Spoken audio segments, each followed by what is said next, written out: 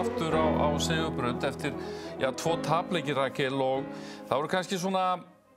ekki minni spámenn afturheldingar en til dæmis Ævar Smári Gunnarsson skytta, hann með mikilvæg mörk og svo færðu mjög góða nýtingu frá Kristján Otto á línunni. Já, Ævar Smári einhvern veginn, mér finnst bara gaman að horfa, hann að koma á sko rosalega mikilvægum tímapunktum og sjá þetta er 10-11 metrum og sko því líku neglunar. Hann endar ekkert í einhverju frábæru tölfræði þannig séð en bara þarna, hann svolítið að klippa á ákveðin hnút, þeir voru búin að vera í veseni sóknarlega,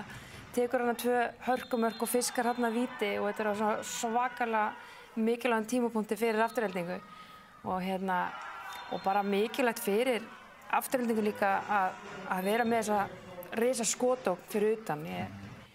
bara hlakka svolítið til að fylgjast með þessu straf.